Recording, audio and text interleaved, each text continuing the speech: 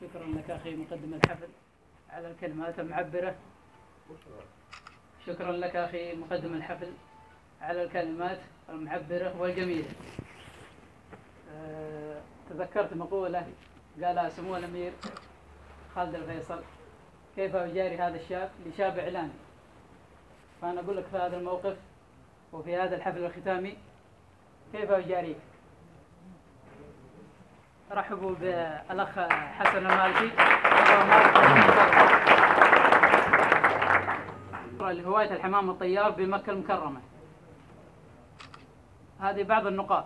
تاريخ هواية الحمام الطيار بمكة، كيفية شراء الحمام الطيار قديما، طرق تنظيم السباقات قديما، تسمية سباقات الحمام الطيار قديما، وطرق تنظيم سباقاتها ودعمها حتى عصرنا الحاضر، طرق دعم نادي مكة لمحترفي الحمام الطيار، معرفة فصائل الحمام الطيار مع الصور.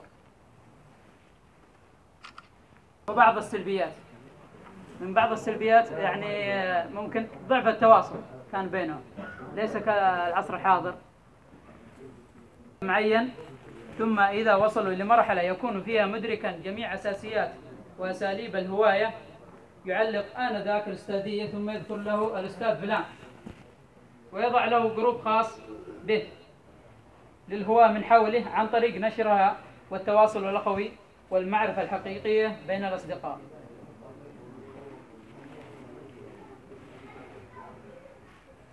طرق تنظيم سباقاتها ودعمها حتى عصرنا الحاضر.